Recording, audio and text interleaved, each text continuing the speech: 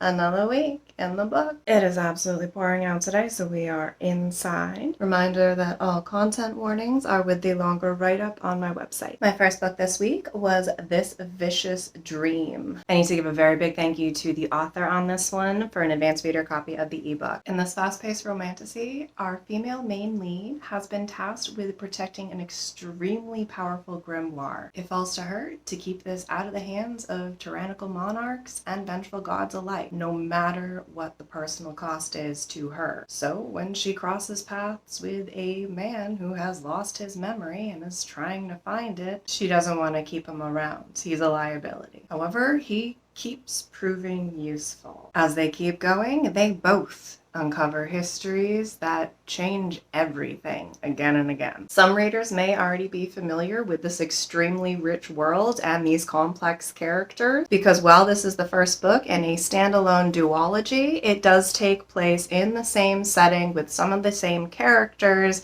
as Stacia Stark's Kingdom of Lies series. You do not need to have read the Kingdom of Lies series to enjoy this one. I have not read that series personally, and I really enjoyed this. It felt like an extensive backstory. It felt like an incredibly rich world that there were real people living in who had real lives before the reader showed up. And I do really love the complexity of these characters. They are morally gray, and yet you're rooting for them the whole time because you really fully understand their motivations, even if you wouldn't personally be coming to the same conclusions. Like I said, this is extremely rapid pace. It is a mile a minute and it just keeps going the whole way through. It is a wild adventure. However, even with all the twists and turns that are coming, it never feels like a rug pull. They're always very well planned and they're very well constructed. I will probably be going back to read the Kingdom of Lies series after this because now I am so invested in these worlds and characters. I want to know how we got here.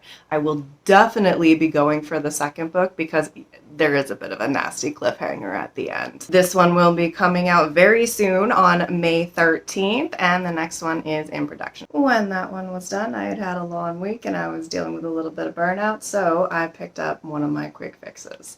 Really anything in Thich Nhat Hanh's how-to series is going to help me with that. Anytime I'm in a slump, anytime I'm overwhelmed, dealing with burnout, this is the one. And this one I had not read yet, and honestly it was the one I needed most. As I've said before, Thich Nhat Hanh really had a way of taking really difficult concepts and things that feel really, really tricky and distilling them down into things that feel really, really simple and doable. He was a Buddhist monk and world-renowned peace activist, and also helped people foster peace within themselves too. In this one, he gets at how to take a very overscheduled life with a lot of stress and constant motion and still find ways of feeling tranquility and finding tranquility in that. Finding ways to pause, finding ways to slow down, and finding ways to find comfort even while still in motion. I'm sure a lot of you out there can relate to my stress levels and will also benefit from something like this. Another great thing about the series is how quick and small these books are. They're also illustrated.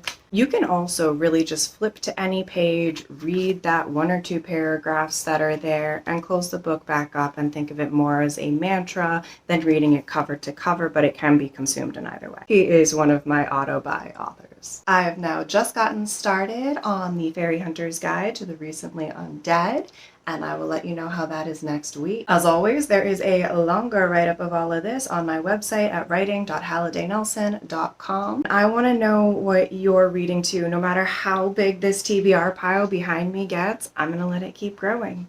I want to know what you're reading and having fun with so it can go on the pile too. And happy reading.